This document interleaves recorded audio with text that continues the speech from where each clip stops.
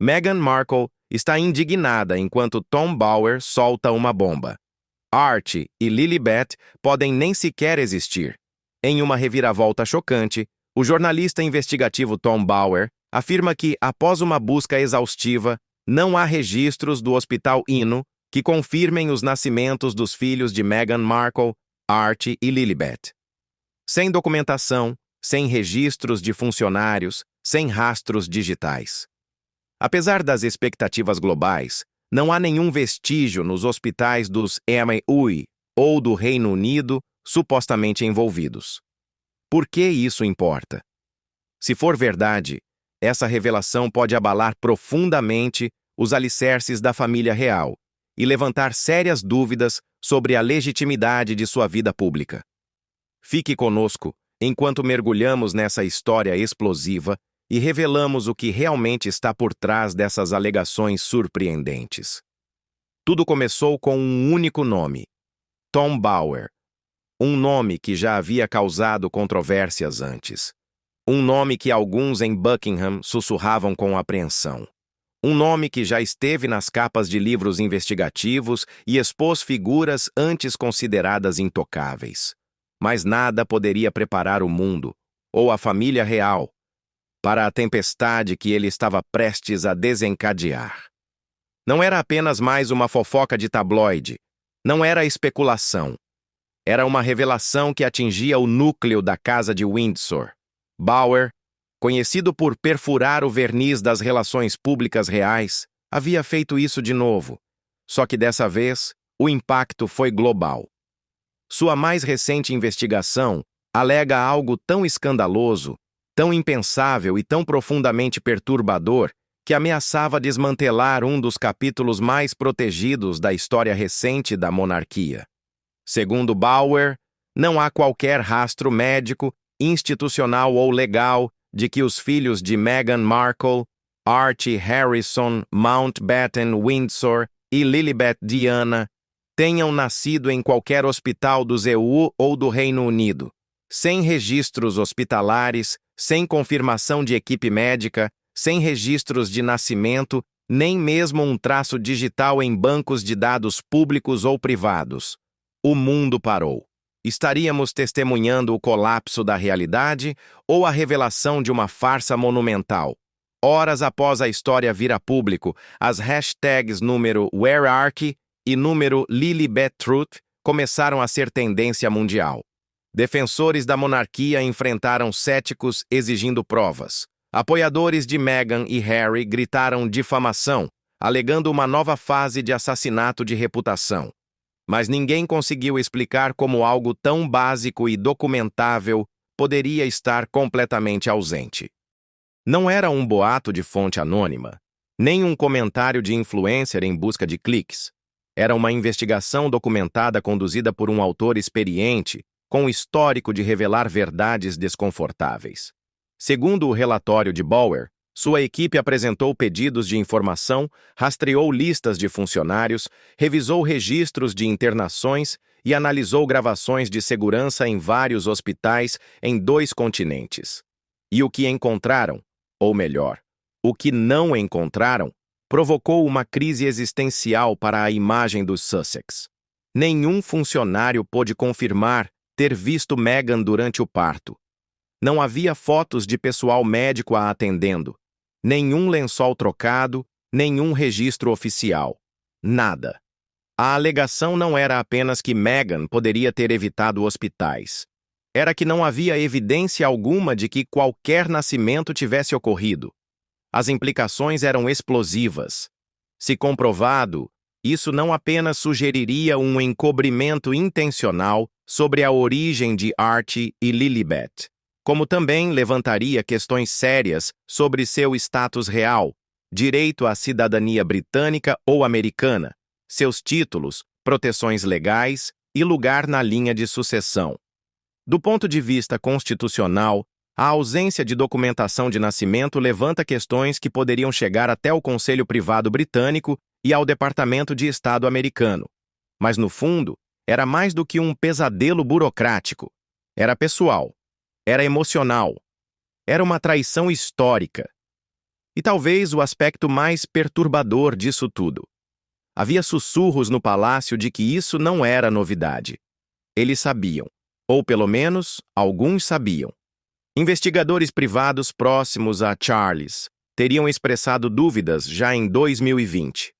Murmurava-se que a própria rainha Elizabeth havia ordenado investigações discretas em seus últimos meses, motivada por inconsistências nas linhas do tempo das gravidezes de Meghan e pelo comportamento cada vez mais distante de Harry.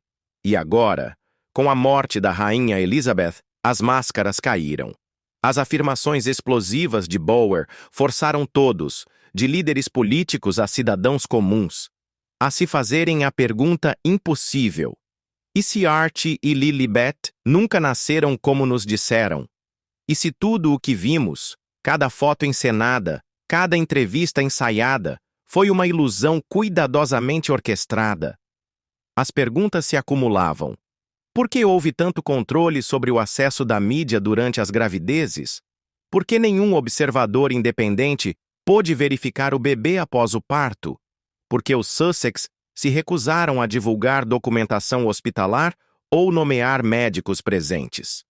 Por que Lilibet foi batizada de uma forma que quebrou tradições reais? E por que membros seniores da família real estiveram estranhamente ausentes? E a maior pergunta de todas: se eles não nasceram em nenhum hospital conhecido, então onde? A resposta está no que Bower sugere a seguir. Uma teoria que não é apenas perturbadora, é potencialmente criminosa. Mas antes de irmos por esse caminho, antes de mergulharmos nos corredores do sigilo, nas especulações sobre barriga de aluguel e na negação real, precisamos entender o momento dessa revelação. Por que agora? A resposta pode estar no relacionamento dos Sussex, que desmorona rapidamente tanto com a monarquia quanto com o público americano. Após o documentário da Netflix, a repercussão das memórias de Harry e as polêmicas em torno dos negócios de Meghan, a mídia antes simpática agora se tornou cética. Já não envoltos na narrativa de vitimização, o casal agora enfrenta um escrutínio mais severo. E esse escrutínio revela rachaduras. Tom Bower, percebendo esse momento de fragilidade, viu a oportunidade. Durante meses, ele e sua equipe coletaram depoimentos, verificaram pistas e confirmaram informações. Quando o palácio não respondeu à sua solicitação oficial de documentos médicos, o silêncio se transformou em um grito. Ele decidiu tornar tudo público, e Meghan Markle explodiu. Segundo várias fontes, Meghan ficou furiosa ao saber da publicação de Bower. Equipes jurídicas foram mobilizadas imediatamente. Ameaças de processos por difamação vieram em seguida. Sua equipe de relações públicas correu para redigir comunicados e declarações. Mas o que não conseguiram fazer foi fornecer a única coisa que silenciaria a tempestade: provas. Até o momento, nenhum registro médico foi divulgado, nenhum funcionário hospitalar apareceu para verificar os nascimentos, e nenhuma evidência fotográfica, além de retratos cuidadosamente encenados, foi tornada pública. O ônus da prova, ironicamente, não recai sobre o acusador, mas sobre os acusados. Porque no tribunal da opinião pública, silêncio não é força, é suspeita. E isso nos leva ao cerne deste vídeo. Nos próximos capítulos, vamos guiá-lo por tudo. Cada documento que Bower descobriu, cada hospital que investigou, cada assessor real que rompeu o silêncio. Vamos dissecar cronologias, decifrar fotos, analisar declarações e expor contradições. Ouviremos insiders da realeza, ex-profissionais da saúde, analistas jurídicos e até ex-agentes de segurança que atuaram nos supostos nascimentos. Nada será poupado, porque isso já não se trata de fofoca palaciana. Já não é apenas uma disputa entre os Sussex e a instituição. Trata-se da verdade, da responsabilidade e do que acontece quando a confiança de uma nação é explorada por poder, lucro ou legado pessoal. Você ouvirá coisas nesta história que podem perturbá-lo. Vai questionar o que acreditava há anos. Pode até se sentir traído por instituições que um dia admirou. Mas você merece saber. Este é o momento em que a cortina se abre. A ilusão se desfaz. A realidade, por mais desconfortável que seja, sobe ao palco. Portanto, prepare-se. O que está prestes a testemunhar é o desmantelamento de um dos segredos mais bem guardados da história moderna da monarquia. Este é apenas o começo.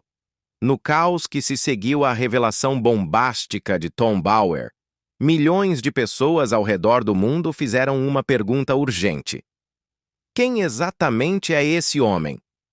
E por que sua palavra está sendo tratada como um terremoto real? Para entender o peso desse escândalo, devemos primeiro analisar o homem por trás das manchetes. Tom Bower não é apenas mais um jornalista surfando na onda do drama real. Ele é um investigador forense de reputações, um homem que passou décadas mirando nas figuras mais poderosas do mundo e fazendo-as estremecer. Nascido em Londres em 1946, Bower não seguiu o caminho previsível do jornalismo leve ou da fofoca de celebridades. Formado em Direito, começou sua carreira não com manchetes, mas com a lei. A mente analítica de um litígio no tribunal tornou-se a base de seu jornalismo futuro. Foi esse rigor jurídico que fez seu jornalismo investigativo se destacar na mídia britânica. Enquanto a maioria dos escritores perseguia comunicados do palácio e notas de imprensa, Bower perseguia rastros de documentos, falava com fontes internas insatisfeitas e arrancava segredos das sombras onde ninguém ousava olhar. Em seus primeiros anos, ele derrubou indústrias, não indivíduos, expôs os esquemas obscuros da British Airways, desfez mitos sobre bilionários, rasgou os sorrisos perfeitos de celebridades para revelar o que havia por trás. Nenhum tema era sagrado, nenhuma pessoa era intocável, mas foi sua virada para temas políticos e da realeza que o tornou um nome conhecido e uma figura temida e odiada nos círculos de elite. Suas biografias de figuras como o Príncipe Charles, Boris Johnson, Richard Branson e Jeremy Corbyn não eram homenagens suaves. Eram dissecações minuciosas, às vezes brutais, baseadas em meses, às vezes anos, de entrevistas exaustivas, análise de documentos e verificação de fontes. Ele não apenas escrevia sobre seus alvos, ele os interrogava com uma curiosidade implacável. Em muitos casos, fez o que as autoridades investigativas falharam ou temeram fazer. Ele confrontou os intocáveis, e assim, quando Bower voltou sua mira para Meghan Markle e o príncipe Harry, o sistema prestou atenção. No momento em que anunciou sua intenção de escrever um livro sobre Meghan, os assessores do palácio, segundo relatos, se prepararam para o impacto. Não porque temessem invenções, mas porque sabiam que Bower tinha acesso. Ele tinha aliados. Tinha fontes dentro do sistema, ex-funcionários, equipes jurídicas, estrategistas de relações públicas, empregados insatisfeitos e até membros do círculo mais amplo dos Windsor que já não estavam presos por lealdade ou silêncio.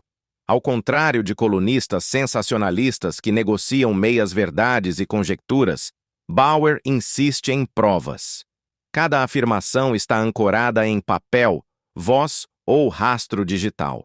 Quando algo não pode ser verificado, ele não inclui. Essa reputação por validação rigorosa de fontes lhe rendeu processos, muitos dos quais venceu, e também respeito, mesmo de quem despreza seu trabalho. Os críticos o chamam de perigoso.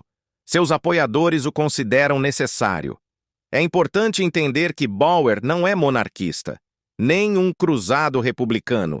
Ele é um expositor imparcial. Já dissecou políticos de esquerda com o mesmo bisturi afiado que usou contra bilionários conservadores. Suas motivações não estão na ideologia, mas na busca implacável por transparência. Portanto, quando Bower publicou suas descobertas iniciais sobre a ausência de registros médicos dos nascimentos de Archie e Lilibet, seus críticos correram, mas não conseguiram desacreditá-lo facilmente. Porque Bauer não publicou apenas uma teoria, publicou uma análise metódica. De acordo com fontes próximas à investigação, a pesquisa de Bauer começou após uma série de alertas que preocuparam até mesmo pessoas próximas a Meghan. Supostamente, contaram a ele sobre inconsistências nas histórias da gravidez que não podiam ser atribuídas apenas à distorção da mídia.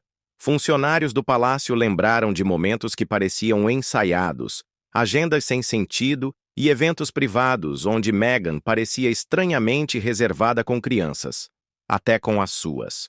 Foi então que Bauer começou a fazer perguntas silenciosamente no início. Em privado, sem publicar. Observou, reuniu informações e então começou a contatar hospitais. Um por um, as instituições ligadas aos nascimentos de Archie e Lilibet foram abordadas.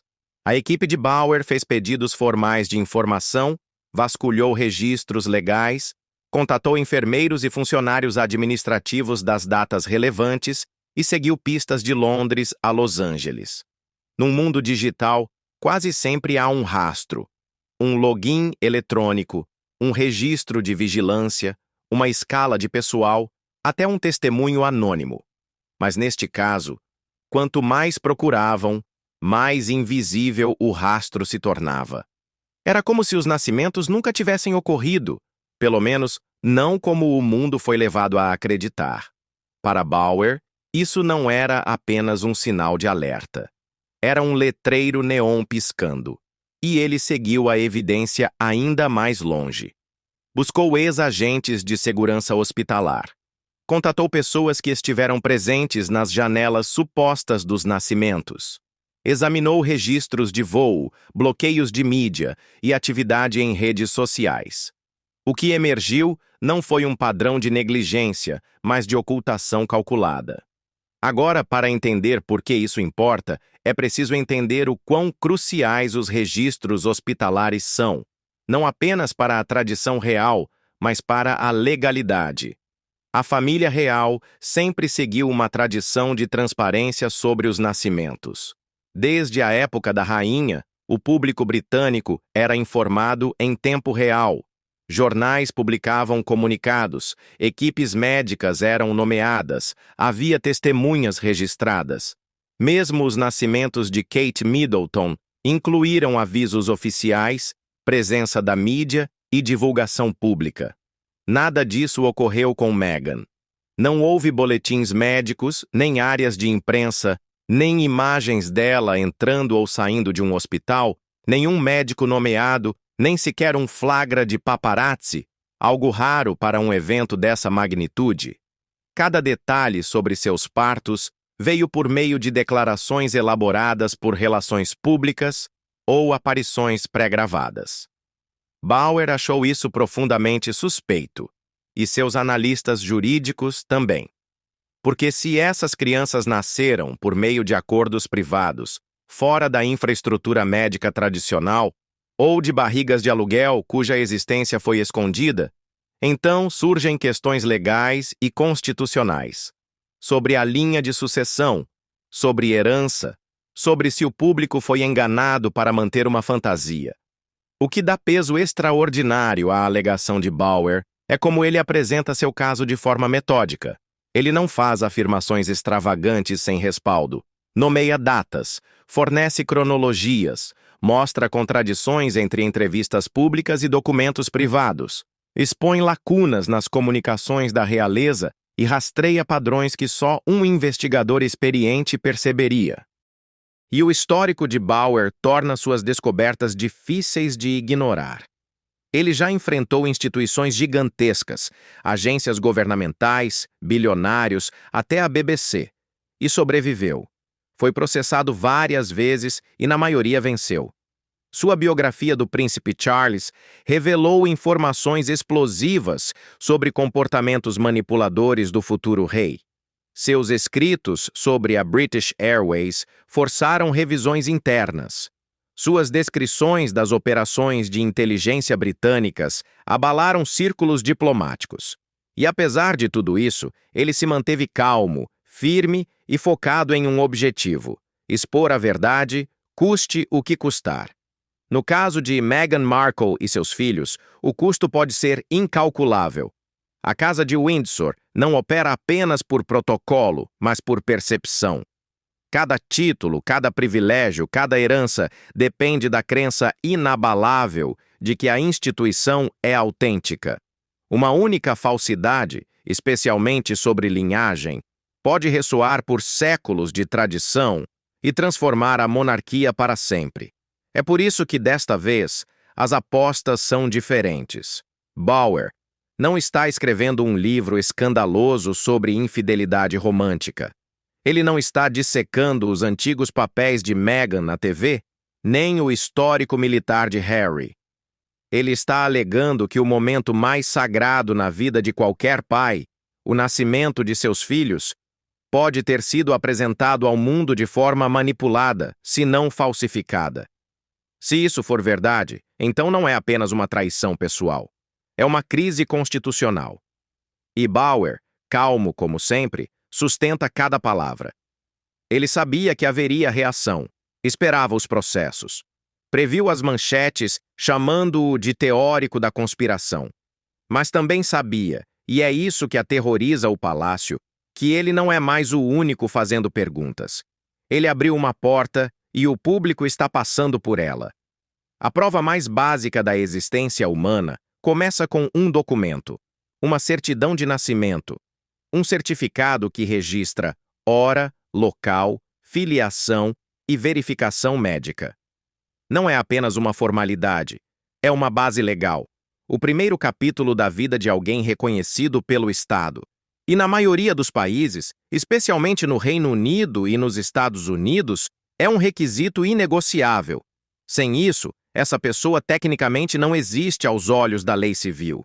É por isso que o que a investigação de Tom Bauer revelou em seguida chocou até os jornalistas mais experientes e os especialistas da realeza. Quando começou sua análise sobre as origens de Archie Harrison Mountbatten Windsor e Lilibet Diana, ele não esperava não encontrar absolutamente nada, nem um erro, nem um engano administrativo, um vazio. De acordo com as descobertas de sua equipe, não há registros oficiais de nascimento vinculados a nenhuma das crianças em qualquer hospital citado nas declarações oficiais, entrevistas ou suposições públicas sobre os 2 partos de Meghan Markle. Não se tratava apenas de acessar documentos sensíveis. Bauer não estava pedindo arquivos privados da família real. Ele procurava algo que deveria estar no domínio público ou institucional. No caso de Archie, nascido em 6 de maio de 2019, foi amplamente noticiado que ele nasceu no Portland Hospital, em Londres, um hospital particular de luxo conhecido por partos de celebridades. Os Sussex inicialmente enganaram o público, insinuando que Meghan havia entrado em trabalho de parto em Frogmore Cottage, apenas para que relatórios posteriores revelassem que foram levados secretamente para o Portland Hospital durante a madrugada. Isso, por si só, levantou questões. Por que enganar o público sobre algo tão simples quanto o local do parto? Por que construir uma narrativa que poderia ser facilmente desmentida por registros e protocolos hospitalares? Bauer seguiu a trilha até o Portland Hospital, onde tentou verificar a admissão de Meghan. Sua equipe apresentou múltiplos pedidos formais. Revisaram registros internos de pessoal, dados de cartões eletrônicos, escalas noturnas e sistemas de segurança. Nada indicava que Meghan Markle, sob seu nome ou qualquer pseudônimo conhecido, estivesse registrada como paciente lá em 6 de maio ou nos dias próximos. Diversos funcionários que trabalharam naquele período foram contatados discretamente. A maioria se recusou a comentar. Uma, no entanto, teria respondido sob anonimato. Ela confirmou que nunca viu Meghan na unidade durante a semana do suposto nascimento de Archie. Alegou que o hospital foi colocado sob bloqueio temporário por privacidade VIP, mas a equipe nunca foi informada sobre quem era a paciente. Nenhum registro oficial de parto de emergência, cesariana agendada ou parto natural envolvendo alguém com a descrição de Meghan estava presente nos sistemas internos. O próximo passo foi consultar o General Register Office do Reino Unido, onde todos os nascimentos devem ser legalmente registrados. Lá, de fato, havia um certificado registrado para Archie, mas ao examiná-lo mais de perto, surgiram várias questões. O certificado listava a ocupação de Meghan como Princesa do Reino Unido, um título que legalmente ela não possuía. Ele foi alterado semanas após o nascimento, levantando preocupações sobre modificações posteriores. O nome do médico responsável estava ausente. Não havia detalhes do hospital, apenas campos vagos. Parecia um formulário legalmente aceitável, mas não verificado clinicamente. Por que a inconsistência? Por que a alteração semanas depois? Por que nenhum profissional nomeado? Quanto mais Bauer investigava, mais preocupante se tornava. Quando Lilibet nasceu em 4 de junho de 2021, os Sussex já estavam na Califórnia. Emitiram um comunicado dizendo que ela nasceu no Santa Barbara Cottage Hospital, uma instituição respeitada por sua privacidade e serviços de maternidade de alto padrão. Mas, novamente, nenhuma confirmação oficial veio do hospital. Não houve comunicado de imprensa, nem nome de médico, nem imagem da equipe hospitalar. Apenas a palavra dos Sussex, transmitida por sua fundação Archewell. A equipe de Bauer iniciou uma investigação idêntica na Califórnia. A lei estadual proíbe a divulgação de registros médicos privados, mas não protege tudo. Por exemplo, hospitais frequentemente confirmam nascimentos de celebridades por motivos de relações públicas ou transparência, a menos que estejam vinculados a contratos exclusivos de privacidade. No entanto, ao serem questionados se Meghan Markle deu à luz ali na data informada, o Santa Barbara Cottage Hospital recusou-se a confirmar ou negar. Isso, por si só, não era fora do comum. Mas o incomum era a ausência de qualquer relato de funcionários, vazamentos na mídia local ou rastros logísticos como registros de internação, testemunhos no hospital ou movimentos pós-parto. Na era digital, o silêncio raramente é absoluto. Mesmo com NDAs rigorosos, geralmente há um vazamento, um tweet de uma enfermeira, uma foto borrada no corredor, um formulário de alta deixado na lixeira. Mas com os 2 partos de Meghan, não houve nada. Bauer começou a descrevê-lo como o apagão midiático mais limpo que já havia visto. Quase limpo demais. Segundo relatos, uma fonte contou à equipe de Bauer que nas semanas em torno do nascimento de Lilibet, certos andares do Santa Barbara Cottage Hospital foram discretamente isolados, com a equipe sendo rotacionada ou colocada em espera sem explicações. Nenhum anúncio interno, nenhuma explicação pública, apenas um silêncio estéril e suspeito. Ainda mais curioso foi o cronograma pós-parto. Quando Kate Middleton deu à luz seus 3 filhos, fotos dela deixando o hospital com William surgiram horas depois. A imprensa se reunia do lado de fora da ala Lindo. Médicos davam briefings. O nascimento real era tratado como evento de Estado. Mas com Meghan, o mundo viu uma entrevista cuidadosamente encenada, pré-gravada, 3 dias após o suposto nascimento de Archie dentro do castelo de Windsor. Sem fotos espontâneas, sem luz natural, sem enfermeiras, sem movimentação de segurança, sem sinais de cansaço emocional ou pequenos detalhes típicos de aparições pós-parto reais. Com Lilibet, a evidência foi ainda mais escassa. Sem imagens de saída do hospital, sem vislumbres pela janela. Ninguém a viu ser levada. Apenas um nome, uma declaração digital e, semanas depois, uma foto em preto e branco editada num jardim. Para a maioria dos famosos, tal privacidade pode ser compreensível. Mas Meghan e Harry, apesar de terem renunciado às funções reais seniores, ainda representavam relevância constitucional no Reino Unido. e interesse público em ambos os países. Seus filhos são, tecnicamente, herdeiros ao trono. Sua legitimidade importa na sucessão real. E ainda assim, as únicas provas de sua existência eram algumas fotos e certidões de nascimento que, segundo especialistas, levantam mais perguntas do que respostas. O próximo passo lógico de Bauer foi consultar autoridades legais e historiadores sobre nascimentos reais. Ele entrevistou ex-assessores reais que serviram durante as gestações da princesa Diana, falou com parteiras experientes em documentação de nascimentos aristocráticos e reuniu análises de especialistas sobre as implicações de uma linhagem não documentada.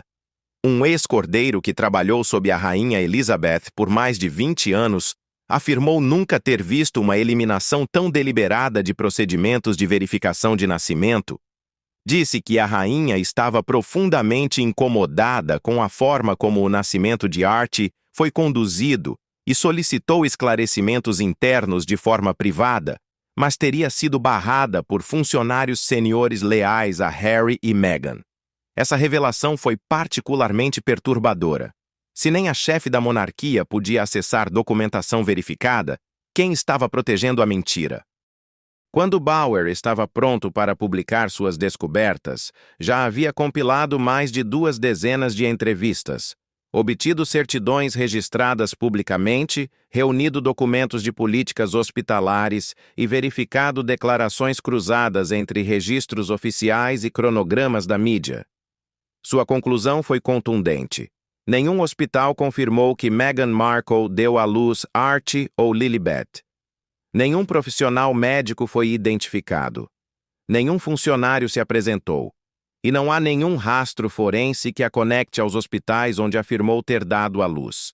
Ele parou antes de declarar que as crianças não existem, mas fez a pergunta que muitos já estavam começando a fazer. Se Archie e Lilibet realmente nasceram, por que seus nascimentos estão envoltos em tanto segredo impenetrável? A resposta, ele sugere, não está em necessidade médica, mas em engano público. Talvez os nascimentos tenham ocorrido, mas não em hospitais. Talvez houve barrigas de aluguel envolvidas e ocultadas. Talvez houvesse complicações de saúde ou questões de imagem que os Sussex não queriam divulgar. Mas qualquer que seja a razão, a falta de documentação transparente lançou uma sombra permanente sobre o legado dos Sussex. Porque sem registros hospitalares, testemunhas verificadas e detalhes públicos confiáveis, o que resta é uma história feita inteiramente de narrativas controladas. Um conto de fadas real contado por lentes cuidadosas e documentários editados, onde cada pixel é curado e cada detalhe retocado. E contos de fadas, por mais bonitos que sejam, não pertencem a registros legais de nascimento. Isso não foi apenas um erro por omissão. Foi uma estratégia deliberada de ocultação. E pode ter funcionado até agora. Por meses, a mídia evitou o assunto. Por anos, as perguntas circularam nas sombras. Meghan Markle esteve realmente nos hospitais durante os nascimentos de Archie e Lilibet? Foi tudo um mal-entendido? Ou algo mais calculado? Quando o relatório de Tom Bauer chegou à imprensa, quebrou a primeira camada de um cofre bem trancado. Mas o que realmente começou a abalar os alicerces de Buckingham não foram as perguntas de um jornalista. Foram as pessoas que finalmente decidiram falar. As pessoas que estiveram lá, as que viram, ou melhor, não viram, o que deveriam ter visto. Um dos primeiros testemunhos veio de uma mulher que chamaremos de Enfermeira Kay. Empregada no Portland Hospital durante a primavera de 2019, ela trabalhava nos turnos da noite e estava no cargo há mais de uma década. Conhecida entre a equipe por sua discrição e seriedade, já havia feito partos de dezenas de pacientes de alto perfil. Celebridades, políticos, aristocratas. Ela tinha visto todos, sabia o protocolo. Quando alguém como Meghan Markle estava prestes a dar à luz, a segurança era reforçada. Andares foram liberados. NDAs eram padrão. A equipe foi instruída. Nunca houve ambiguidade, mas durante a semana em que Archie supostamente nasceu, A enfermeira Kay disse que não houve tal evento. Segundo ela, o hospital operou com equipe normal, sem segurança extra, sem alas isoladas, sem agitação real, sem paciente com a descrição de Megan. Ela chegou a verificar o registro eletrônico de pacientes de 6 de maio de 2019 por pura curiosidade. O nome de Meghan Markle não estava lá. Nenhuma variação apareceu. Ela não estava sozinha em sua inquietação. Outra funcionária, uma parteira que já havia trabalhado com partos VIP, disse que estava de plantão naquela semana. Quando perguntou por que seu nome foi subitamente removido da escala do dia 6, ninguém respondeu. Disseram para ela entrar mais tarde no dia seguinte. Foi estranho, disse, porque o hospital normalmente aumentava a disponibilidade de parteiras quando esperava o parto de uma celebridade. Em vez disso, ela se viu afastada, suspensa, em uma atmosfera de silêncio. Nenhuma das duas afirmou ter recebido ordens oficiais. Ambas ficaram perturbadas pela falta de comunicação. Não era que as mantinham afastadas, era que nada aconteceu. Mais membros da equipe começaram a falar informalmente após os relatórios de Bauer circularem. Alguns contataram sua equipe por meio de denúncias anônimas. Outros usaram aplicativos de mensagens criptografadas para evitar rastreamento. Várias dessas fontes ecoaram os mesmos padrões inquietantes. Ninguém que conheciam havia atendido Meghan. Ninguém viu escolta de segurança real. Ninguém se lembrava de ambulância ou transporte médico chegando discretamente. Nenhuma comemoração, nenhuma movimentação, nem mesmo a equipe de limpeza pós-parto lembrava de uma suíte VIP sendo usada. Bauer, então, voltou sua atenção ao Santa Barbara Cottage Hospital, onde supostamente nasceu Lilibet. Esperava mais sigilo. Afinal, era a Califórnia, base pós-real de Meghan e Harry, cercada por equipes jurídicas e cláusulas de privacidade reforçadas. Mas mesmo sob essas circunstâncias, esperava encontrar ao menos murmúrios. Uma enfermeira se gabando por ter feito um parto real. Um segurança insinuando uma missão confidencial. Um zelador lembrando ter sido trancado fora de uma ala. O que encontrou foi pior. Silêncio. Uma funcionária do Santa Barbara Cottage Hospital concordou em falar sob anonimato. Ela disse que durante a semana de 4 de junho de 2021, a maternidade passou por o que chamou de bloqueio falso. Isso normalmente indicava um exercício de segurança ou paciente VIP, mas nesse caso nenhum nome foi compartilhado. Nenhuma equipe VIP foi destacada e nenhum parto foi registrado no sistema para o quarto temporariamente isolado. Ela descreveu como vários quartos foram esvaziados preventivamente. As escalas da equipe foram ajustadas, mas nenhum parto ocorreu. Após o fim do bloqueio, o quarto foi limpo, mas nenhum papel de alta foi processado. Ela disse que foi como se o espaço tivesse sido reservado para alguém que nunca chegou. Ou que chegou sob outros termos. Outra enfermeira confirmou a história, dizendo que sua amiga, que trabalhava na UTI neonatal, foi orientada a não ir trabalhar naquele dia. Sem motivo, sem reagendamento, apenas uma ligação dizendo: "Você não precisa vir hoje." Por que um hospital bloquearia recursos para um parto que não aconteceu?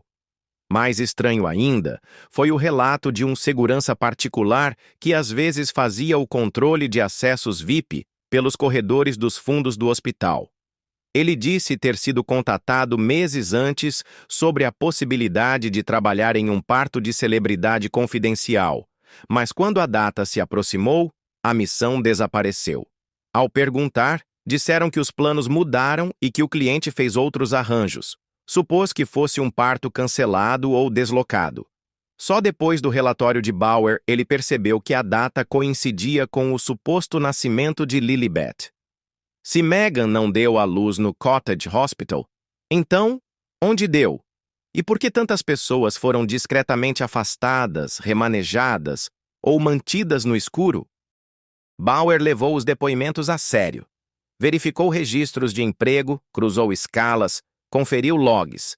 Os funcionários anônimos não estavam inventando. Suas histórias batiam com turnos documentados, mapas do hospital e políticas internas. As ausências faziam sentido. As trocas de pessoal eram reais. O que não fazia sentido era a ausência de qualquer equipe médica ligada diretamente ao nascimento de duas crianças que sempre seriam associadas à monarquia britânica. Quanto mais Bauer investigava, mais o padrão parecia encenação. Comunicados cronometrados, narrativas ensaiadas, press releases com linguagem genérica, fotos sorridentes entregues semanas depois, tiradas em ambientes controlados, sem contexto, sem dados de localização, sem imperfeições naturais. Ele descobriu que até ex-membros do palácio começaram a expressar dúvidas. Uma fonte da equipe de segurança dos Sussex, enquanto estavam no Reino Unido, disse que nunca foi informado de transporte hospitalar de Meghan. Lembrou-se de confusão na equipe quanto ao horário. Num momento disseram que ela estava em trabalho de parto. No seguinte, o bebê já havia nascido, e ninguém se mexeu. Descreveu estar estacionado em Frogmore com outro oficial, esperando uma escolta para o hospital que nunca veio. Então, de repente, um comunicado de imprensa. Ele disse que parecia um truque de mágica. Algo havia acontecido, mas ninguém viu. Outro assessor do Departamento de Comunicações disse ter recebido a nota de imprensa sobre o nascimento de Archie antes que qualquer canal oficial fosse informado. Disseram para ela publicar imediatamente, sem perguntas, sem edições. Notou que a linguagem era estranhamente vaga, evitava qualquer detalhe concreto, nenhum hospital nomeado, nenhum médico citado, apenas uma frase genérica anunciando um menino saudável. Quando ela questionou, foi advertida por um superior. Isso veio de cima. Não pergunte novamente. Essa frase a assombrou. O que significava de cima? Era Harry e Meghan, a equipe de RP no Zeunawa. Ou algo maior. Talvez uma tentativa do próprio palácio de encobrir algo que nem eles compreendiam totalmente. Bauer compilou cada entrevista, cada fragmento de confusão na linha do tempo e começou a montar um quadro mestre. Mostrava que, durante as janelas de ambos os nascimentos, não havia movimento rastreável de Meghan entrando ou saindo de um hospital. Sem fotos, sem vídeos, sem testemunhos de funcionários, além de fechamentos abstratos de quartos.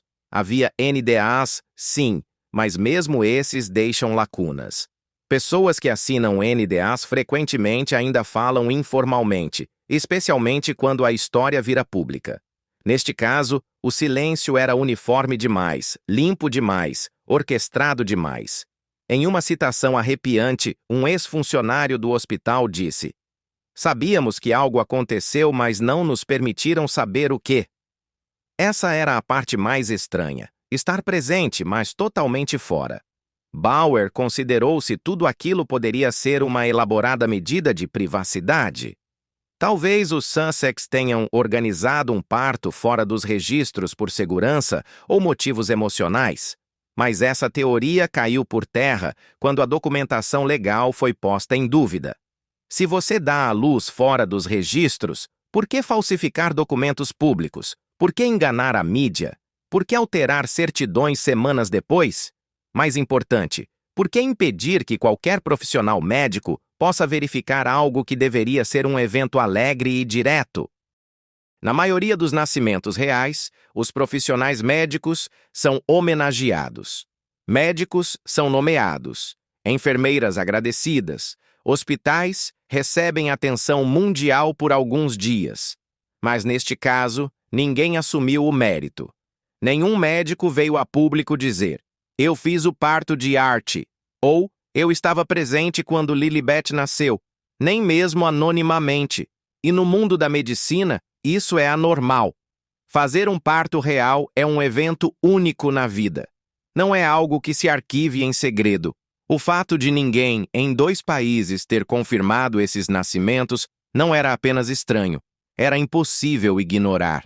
E na ausência de profissionais médicos credíveis e verificáveis, o que restava eram sussurros, NDAs e ensaios fotográficos. Isso argumentou Bauer, não era evidência de nascimento, era evidência de construção de narrativa. Ele concluiu essa parte de suas descobertas com uma verdade dura. Se o nascimento de duas crianças reais não pode ser validado por nenhum funcionário hospitalar conhecido, agente de segurança ou profissional de saúde, então o que existe não é memória, é mito. E mitos não nascem em salas de parto. Em meio à nuvem de sigilo e manipulação midiática envolvendo os nascimentos de Art e Lilibet, uma coisa deveria ancorar a verdade: suas certidões de nascimento. Em um mundo de comunicados de imprensa e especulação pública, documentos legais têm um poder único. São definitivos, impessoais, arquivados em sistemas governamentais, revisados por autoridades legais e confiáveis como fatos. Ou ao menos deveriam ser. Tom Bauer, após meses analisando inconsistências nas narrativas públicas e entrevistando funcionários de hospitais no Reino Unido e nos EUASA, voltou sua atenção à última camada de prova institucional: o rastro documental. O que encontrou não apenas foi preocupante. Levantou novas questões sobre a natureza dos nascimentos, o alcance da ocultação e a possibilidade de obstrução deliberada a nível governamental. O primeiro documento que sua equipe examinou foi a certidão de nascimento de Archie Harrison Mountbatten Windsor, registrada publicamente em 17 de maio de 2019, 11 dias após o suposto nascimento. Emitida pelo General Register Office de Londres, a certidão deveria ser uma entrada legal simples. Em vez disso, tornou-se um sinal precoce de que algo não estava certo. À primeira vista, a certidão parecia normal. Continha o nome Archie Harrison, filho do príncipe Harry e Rachel Meghan Markle. Estava datilografada, assinada e arquivada como qualquer outra certidão no Reino Unido. Mas quando os pesquisadores de Bauer a compararam com as de outras crianças reais, particularmente as de George, Charlotte e Louis, começaram a surgir discrepâncias. A mais notável, a ocupação listada para Meghan era princesa do Reino Unido. Essa designação levantou preocupações legais imediatas. Meghan Markle, ao se casar com o príncipe Harry, tornou-se duquesa de Sussex. Ela nunca foi estilizada oficialmente como Princesa Meghan, nem recebeu o título ou o posto de princesa por direito próprio. A lei constitucional britânica não transforma automaticamente esposas de príncipes em princesas. Elas adotam o título do marido. Kate Middleton, por exemplo, não está listada como princesa do Reino Unido nas certidões dos filhos. Está com o título correto. Então por que a divergência no caso de Meghan? Fontes próximas ao General Register Office sugeriram que os registros reais muitas vezes são enviados por representantes do palácio ou diretamente por equipes jurídicas, não necessariamente preenchidos pelos próprios pais. Mas isso levantou uma questão ainda maior. Quem preencheu esse formulário? Foi submetido sob pressão? Alguém do círculo de Meghan e Harry teria intencionalmente declarado incorretamente seu título? E por quê? A primeira versão da certidão de nascimento de Archie descrevia a ocupação de Meghan de forma cuidadosamente redigida. Semanas depois, a certidão foi discretamente alterada. Isso, por si só, não é ilegal. Alterações ocorrem por diversos motivos. No entanto, neste contexto, a mudança atraiu atenção imediata. O documento atualizado removeu Rachel Meghan Markle e a substituiu por seu título real completo, Sua Alteza Real, a Duquesa de Sussex. Essa alteração, feita muito depois da cobertura midiática ter diminuído, parecia mais do que cosmética. Parecia uma correção estratégica, que muitos acreditam ter sido ordenada após surgirem dúvidas sobre a autodenominação de Meghan.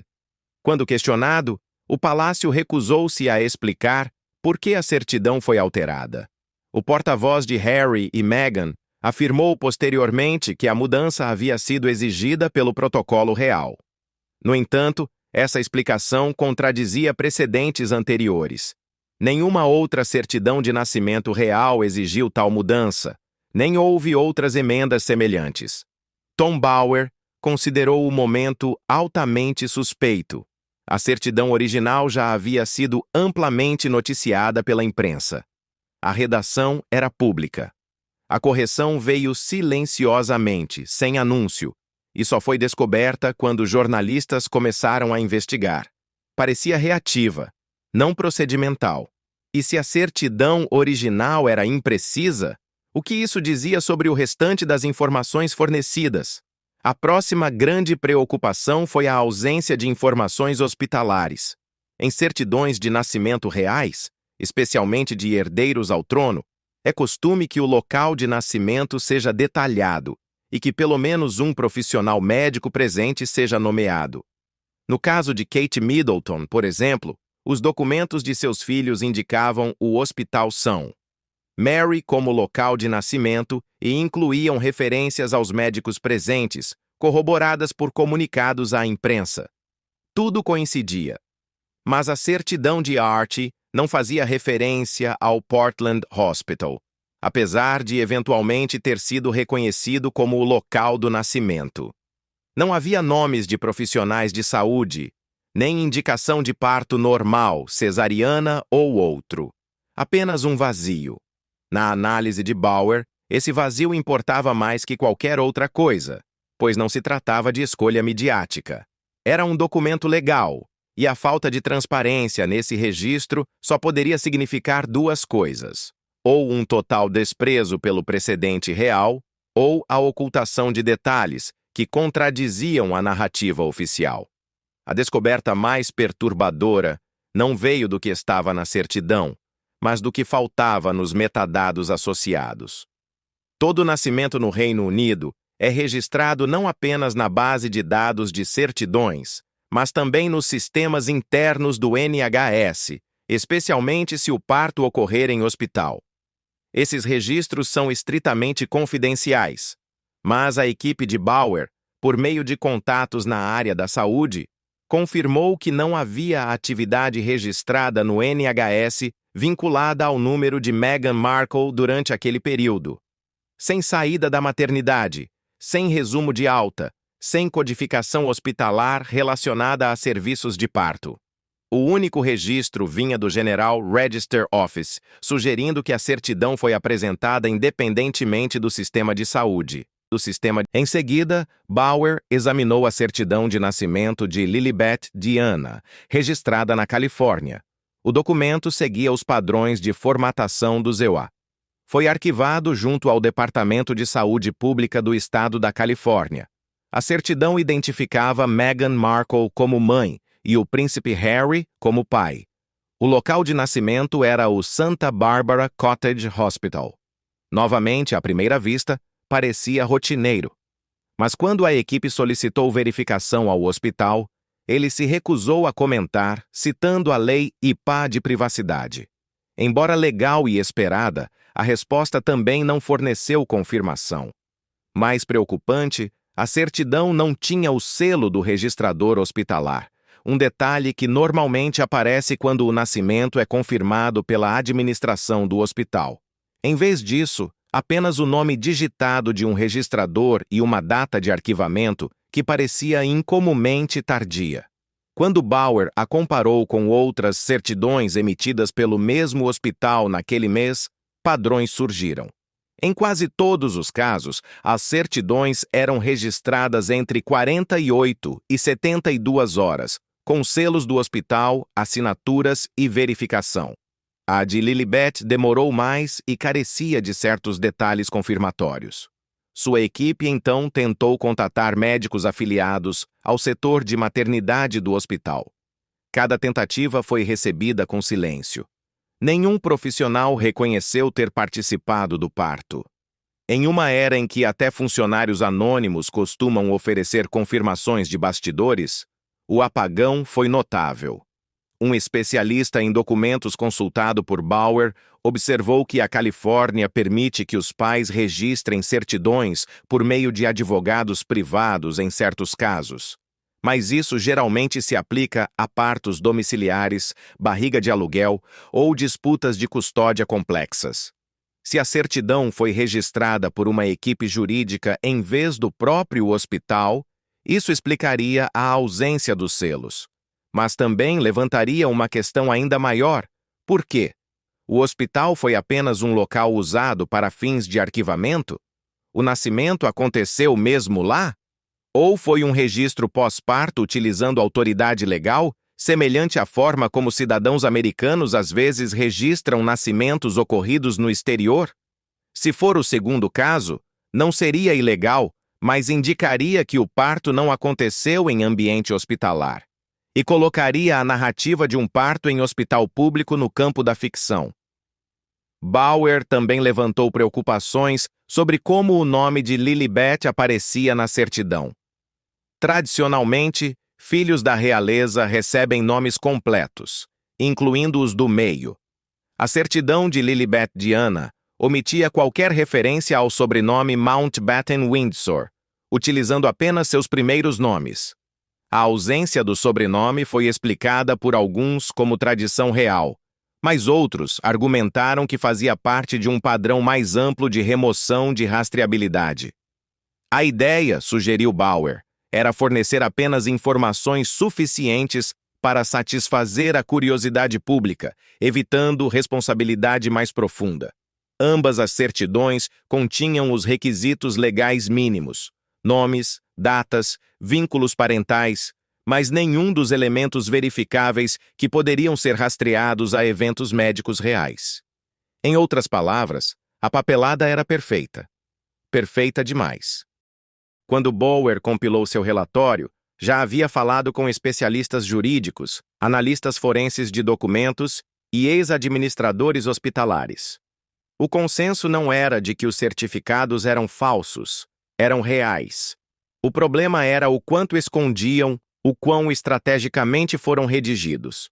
Como evitavam cuidadosamente qualquer oportunidade de corroborar a história que os Sussex venderam ao mundo. No Reino Unido e no semáforo ácio, certidões de nascimento não devem ser roteiros de narrativa. Devem ser registros simples e objetivos.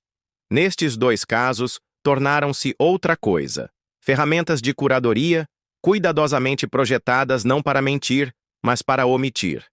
E a omissão, concluiu Bauer, era o verdadeiro escândalo. Porque quando a verdade é substituída por lacunas, essas lacunas se tornam espaço para a ficção. E quando a ficção invade documentos legais, a confiança entra em colapso, não apenas nas pessoas, mas nas instituições. Esse colapso já havia começado. Disse que o diabo está nos detalhes. E quando se trata das gestações de Meghan Markle, os detalhes, cada foto, cada aparição pública, cada declaração de cronograma, não apenas contêm inconsistências. Eles revelam um padrão, uma narrativa cuidadosamente construída que, ao ser examinada, começa a colapsar sob suas próprias contradições. A investigação de Tom Bauer já havia desvendado os registros hospitalares ausentes, as ambiguidades legais em torno das certidões de nascimento e o silêncio comprometedor do pessoal médico. Mas talvez uma das pistas mais óbvias sempre tenha estado à vista: a própria linha do tempo pública de Meghan. A primeira gravidez, de Archie Harrison, foi anunciada em 15 de outubro de 2018, durante a turnê real dos Sussex na Austrália. O anúncio foi dramático, perfeitamente programado para o impacto midiático e coordenado com a chegada do casal a Sydney. Meghan apareceu em um evento com um vestido branco solto, sorrindo radiante, com as mãos sobre o abdômen levemente arredondado. De acordo com a versão oficial, Meghan já estava com 12 semanas quando a notícia foi divulgada. Isso colocaria a concepção por volta de julho de 2018. Quando retornou ao Reino Unido em meados de novembro, supostamente já estava no segundo trimestre. No entanto, ao examinar imagens e fotografias de suas aparições públicas entre novembro de 2018 e março de 2019, as inconsistências começaram a se acumular. A barriga de Meghan parecia variar drasticamente em tamanho e posição. Em um dia, o ventre era proeminente e redondo sob um casaco justo. Dias depois, ela aparecia com o abdômen quase plano em outra roupa. Fotógrafos que cobriam seus compromissos reais começaram a comentar em off como era difícil obter ângulos consistentes. Alguns notaram que Meghan frequentemente mantinha as mãos sobre o estômago o tempo todo, mesmo quando não era necessário para equilíbrio ou conforto. Um correspondente real veterano observou que, ao contrário de gestações anteriores, especialmente as de Kate, que seguiam um padrão previsível de crescimento, a aparência de Meghan parecia quase encenada. Bauer compilou comparações fotográficas lado a lado do corpo de Meghan em diferentes fases da suposta gestação. Em uma série de janeiro de 2019, tiradas com poucos dias de intervalo, sua barriga mudava de forma tão drasticamente que analistas digitais sugeriram manipulação pesada de roupas ou uso de enchimentos sob trajes de maternidade. Um momento particularmente intrigante ocorreu durante a visita de Meghan ao National Theatre em 30 de janeiro de 2019, com um vestido creme. A barriga parecia alta, firme e com formato bem definido. Mas apenas 2 dias depois, em um evento beneficente em Bristol, sua silhueta havia mudado drasticamente. O casaco caía solto. A barriga parecia menor e mais baixa. Especialistas em moda gestacional e movimento corporal destacaram que uma barriga de gravidez real, especialmente após 6 meses, não muda de posição de forma significativa da noite para o dia. Em março de 2019, as suspeitas começaram a circular com mais liberdade. Meghan já estaria no 3º trimestre e ainda participava de eventos de alto perfil sem sinais de cansaço típico do final da gravidez.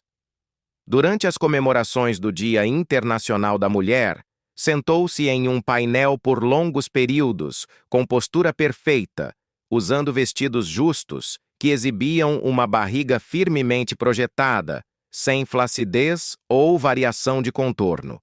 Seu andar permaneceu inalterado. Não havia inchaço nos pés ou mãos, nem mudanças visíveis na estrutura facial normalmente associadas à gravidez.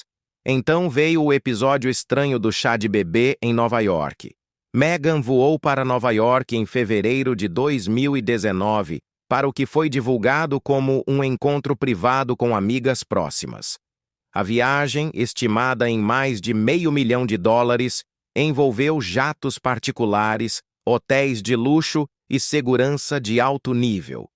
Críticos questionaram por que uma integrante sênior da realeza estava participando de uma exibição tão extravagante. Mas Bauer fez uma pergunta diferente. Como isso era fisicamente possível? Com quase 7 meses de gravidez, Meghan embarcou em vários voos transatlânticos, suportou a atenção da imprensa e caminhou por calçadas cobertas de neve de salto alto. Tudo sem demonstrar sinais de desconforto ou esforço relacionado à gestação. Obstetras consultados por Bauer confirmaram que, embora não impossível, tal viagem seria desaconselhada, especialmente sem escolta médica.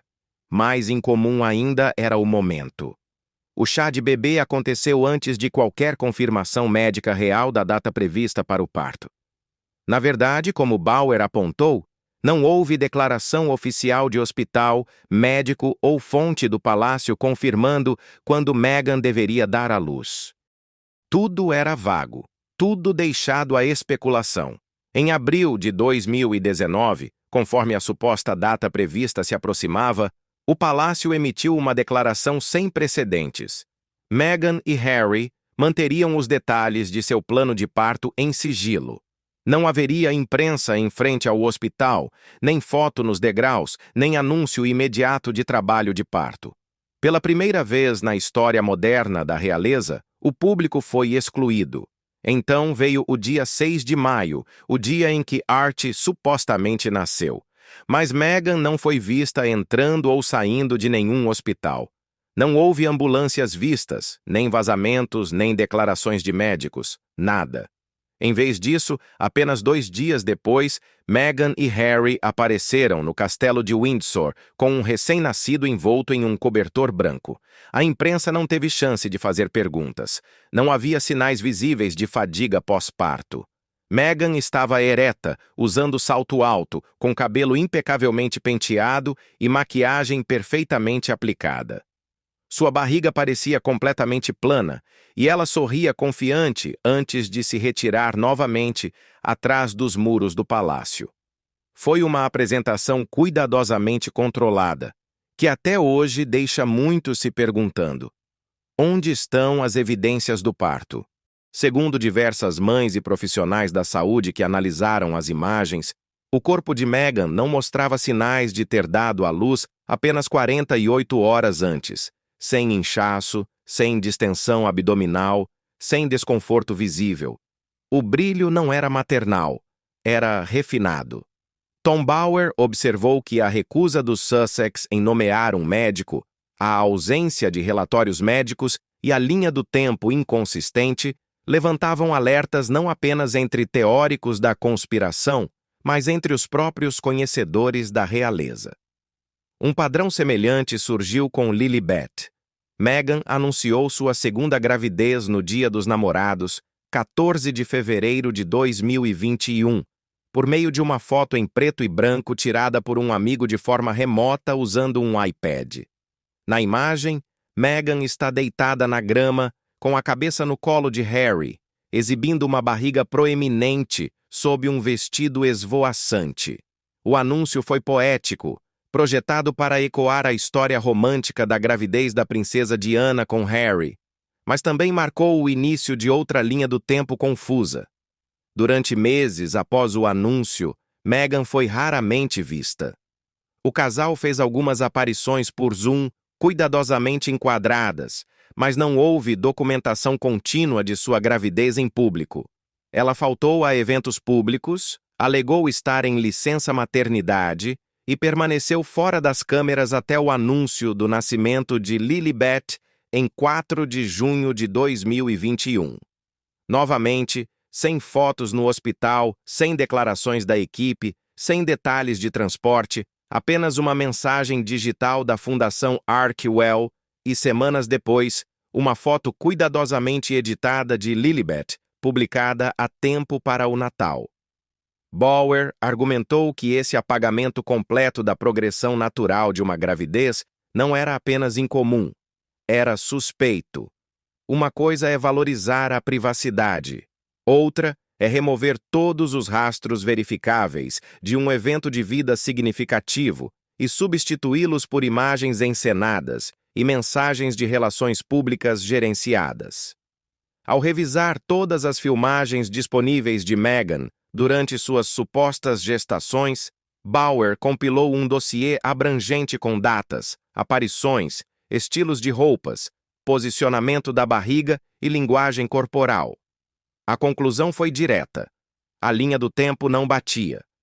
Não era apenas que a gravidez de Meghan não se parecia com outras, era que sua progressão física desafiava a biologia.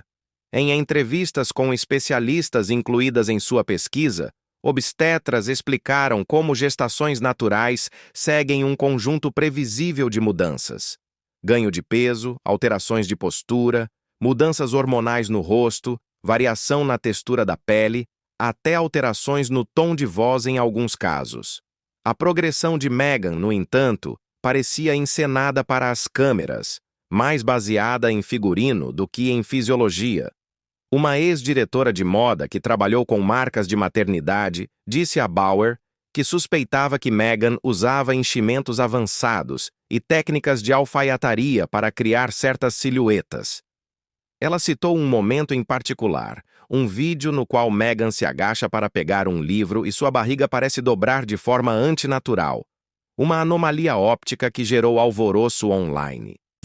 Críticos foram descartados como haters, mas até profissionais experientes da moda disseram nunca ter visto um tecido se comportar daquela maneira em uma mulher grávida naturalmente.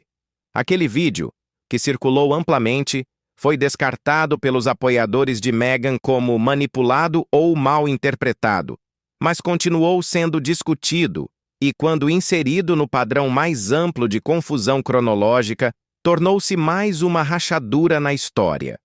Bauer também consultou historiadores da realeza, que observaram que nenhum outro membro moderno da família real havia adotado uma abordagem tão não convencional para apresentar sua gravidez. Mesmo a princesa Diana, conhecida por suas batalhas por privacidade, permitiu que a imprensa documentasse fases importantes de suas gestações com William e Harry. Havia fotos reais, movimentos reais, datas reais. Em contraste, a narrativa de Meghan foi construída por meio de cartões postais digitais, imagens únicas, sem contexto, sem testemunhas e sem possibilidade de verificação além das declarações do casal. Para Bauer, isso não era apenas uma estratégia de RP. Era um esforço deliberado para reescrever como o público se relacionava com a maternidade real. Era uma estratégia que priorizava o controle sobre a credibilidade. E quando se controla tudo sem apresentar provas que sustentem, as pessoas começam a questionar se a história é mesmo verdadeira. Ao concluir sua investigação sobre a linha do tempo de Meghan, Bauer concluiu que ou ela havia encenado a estética das duas gestações em um grau sem precedentes, ou havia algo mais profundo sendo ocultado. De qualquer maneira, a linha do tempo não batia. E quando o próprio tempo se recusa a cooperar com a verdade, o relógio começa a contar para que a verdade seja exposta.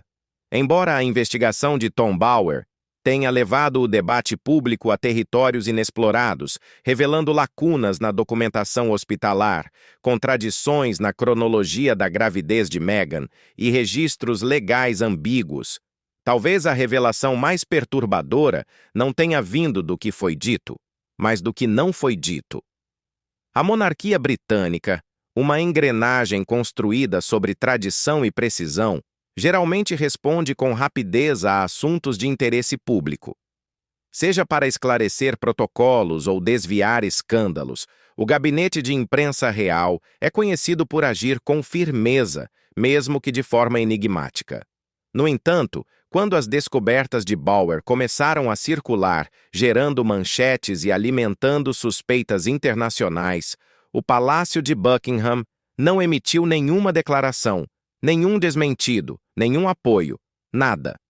A princípio, muitos acreditaram que o silêncio era estratégico. O palácio, há muito conhecido por sua doutrina de nunca reclame, nunca explique, costuma evitar o tumulto diário da mídia. Mas à medida que a história ganhava força, viralizava online e recebia cobertura de tabloides europeus de grande alcance, o silêncio passou a parecer menos contenção e mais evasão calculada. Dentro das paredes do palácio era uma história diferente. De acordo com fontes internas, as revelações abalaram a instituição. Durante anos, funcionários haviam sussurrado sobre inconsistências nas gestações de Meghan, mas ninguém ousava dizer em voz alta o que era considerado uma suspeita perigosa. Quando a equipe de Bauer publicou evidências detalhadas e relatos confiáveis, não foi novidade para todos no palácio. Foi confirmação. Um ex-assessor que serviu sob a rainha Elizabeth nos 2 últimos anos de seu reinado afirmou que Sua Majestade levantou questões sobre o nascimento de Archie, em particular. Não por crueldade ou paranoia, mas devido a um desconforto persistente com a falta de formalidades. A rainha, conhecida por sua atenção aos detalhes, ficou perplexa com a ausência do boletim hospitalar tradicional, a exclusão de médicos reais e o sigilo em torno do parto. Ela havia vivido os nascimentos de Charles, Andrew, Edward e Anne. Viu como a instituição lidou com as gravidezes de Diana e Kate com perfeição processual. Havia padrões não apenas por tradição, mas por clareza constitucional. A linha de sucessão precisava ser publicamente rastreável. Qualquer coisa diferente convidava ao caos. Segundo esse assessor, a rainha incumbiu seu secretário particular de investigar discretamente o que havia acontecido nos bastidores durante o parto de Archie. A resposta que ela recebeu foi preocupante. A equipe de segurança havia sido afastada. A equipe médica foi impedida de falar. Os registros de saúde pública foram contornados. Era como se tudo tivesse sido orquestrado além de seu alcance. E isso, mais do que qualquer controvérsia pública, a perturbou profundamente. Mas mesmo ela permaneceu publicamente em silêncio. Talvez tenha se sentido limitada pelos deveres da coroa. Talvez temesse as consequências de expor uma rachadura interna. Ou talvez, como suspeitava Bauer, ela acreditasse que o dano já estava feito e que nada de bom viria de escavá-lo ainda mais. Após sua morte, o poder passou para Charles, e com ele, a responsabilidade de lidar com a crescente tempestade pública. Mas Charles também permaneceu em silêncio. Publicamente, o rei Charles manteve uma fachada de continuidade. Em privado, segundo fontes, estava profundamente dividido. Seu relacionamento com Harry já estava deteriorado há muito tempo, e o desprezo de Camila por Meghan era um segredo aberto nos círculos palacianos. No entanto, Charles também compreendia a gravidade. Se os nascimentos de Archie e Lilibet foram manipulados ou falsamente apresentados, as ramificações iam além da traição pessoal.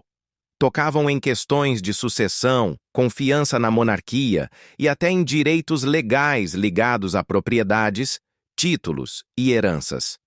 Mesmo assim, Charles não emitiu nenhuma declaração. Não convocou nenhuma coletiva de imprensa emergencial. Em vez disso, o palácio respondeu aos repórteres com uma simples frase de 2 linhas. Não comentamos assuntos privados da família. Sem reputação, sem esclarecimento, apenas uma recusa em se envolver. Essa não-resposta alimentou ainda mais a especulação. Críticos argumentaram que, se o palácio realmente acreditasse que as crianças haviam nascido da maneira apresentada publicamente, eles o teriam dito. Uma refutação firme por parte do monarca poderia ter encerrado a maioria das discussões. Mas a falha em agir sugeria algo mais. Não necessariamente culpa, mas incerteza. Uma possibilidade que eles não podiam negar completamente porque nunca tinham visto o quadro completo. Fontes próximas ao palácio disseram que uma auditoria interna silenciosa foi conduzida pouco depois da publicação das descobertas de Bauer. Embora não anunciada, assessores reais teriam examinado comunicações, documentos arquivados e relatórios de segurança relacionados aos 2 nascimentos. O objetivo não era descobrir irregularidades, mas proteger a coroa de exposição legal. A auditoria concluiu que não havia material nos arquivos que pudesse verificar de forma independente a presença de Meghan no Portland Hospital ou no Santa Barbara Cottage Hospital. Não havia registros de segurança do palácio confirmando o transporte. Não havia fotografias, nem comunicações confirmadas de médicos reais, nada. Tudo o que possuíam eram declarações de segunda mão emitidas pela equipe de comunicação de Harry e Meghan. E mesmo essas eram vagas. Isso gerou um pânico silencioso. A equipe de Charles teria debatido como lidar com o assunto. Alguns defendiam a transparência. Outros aconselharam o silêncio, esperando que a tempestade midiática passasse. No final, venceu o silêncio. O medo, segundo insiders, era que qualquer reconhecimento público, positivo ou negativo, legitimaria a investigação e forçaria um acerto de contas mais amplo para o qual a monarquia não estava preparada. A princesa Anne teria discordado da decisão. Segundo uma pessoa familiarizada com os procedimentos reais, ela há muito via a integração de Meghan à família com desconfiança, não por antipatia pessoal, mas por considerar que Meghan desprezava a estrutura real. Ela estava entre os poucos que questionavam abertamente as linhas do tempo da gravidez durante reuniões familiares. Quando as descobertas de Bauer foram compartilhadas no círculo interno, ela exigiu uma revisão interna. Relata-se que os conselheiros de Charles lhe disseram que nada de bom viria de semear mais dúvidas. A portas fechadas, a equipe do palácio começou a traçar linhas silenciosas. Aqueles leais a Harry foram ainda mais distanciados. Assessores antigos que serviram sob Elizabeth sentiram-se desiludidos com a recusa do novo regime em manter os padrões. Um conselheiro sênior teria descrito a abordagem atual como passividade deliberada, projetada para evitar confrontos à custa da clareza. Nas operações voltadas ao público, o efeito foi sutil, mas visível. As menções a Archie e Lilibet tornaram-se menos frequentes nas comunicações do palácio.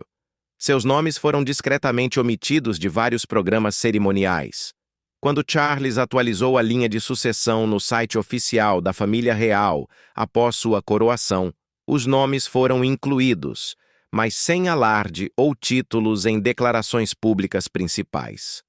Era como se fossem reconhecidos apenas como entradas legais, sem apego emocional. O silêncio se estendeu a outras partes da estrutura real. Quando as descobertas de Bower foram discutidas no parlamento, especialmente entre círculos conservadores, surgiram questionamentos sobre a necessidade de revisar as leis de sucessão. Um deputado propôs a exigência de confirmação pública de nascimento para todos os filhos reais na linha de sucessão a títulos. A proposta não avançou, mas o simples fato de ter sido levantada em sessão marcou uma mudança no sentimento público. Entre o público britânico, a opinião estava dividida. Alguns viam o relatório de Bower como uma conspiração perigosa, destinada a humilhar uma mulher birracial na família real. Outros, incluindo antigos apoiadores de Meghan, acharam difícil ignorar as evidências. Os registros ausentes, as inconsistências nas fotos, a recusa do palácio em fornecer clareza. Não foram apenas as alegações que mudaram o sentimento. Foi o silêncio ensurdecedor das pessoas que supostamente deveriam saber. Insiders do palácio insinuaram que Charles está aguardando o retorno de Harry ao Reino Unido em termos mais formais antes de abordar o assunto de qualquer forma. Circulam rumores de que já começaram discussões privadas, não entre pai e filho, mas entre seus representantes legais. A coroa precisa proteger sua estrutura legal. E se surgirem dúvidas sobre legitimidade que possam impactar títulos, heranças ou reconhecimento nacional, a questão pode não permanecer privada por muito tempo. Mas, por ora, a posição oficial permanece de fria neutralidade. Quando Harry e Meghan comemoraram o aniversário de Lilibet na Califórnia, nenhum membro da alta realeza reconheceu publicamente o evento, sem postagens em redes sociais, sem homenagens. Não foi esquecido, mas foi excluído. Isso pode parecer sutil para quem está de fora, mas no contexto da etiqueta real, tais decisões são estrondosas. Sinalizam distância estratégica, uma repreensão silenciosa. Porque quando o palácio não defende, não corrige o registro e deixa de reconhecer, mesmo em gestos cerimoniais, isso fala por si.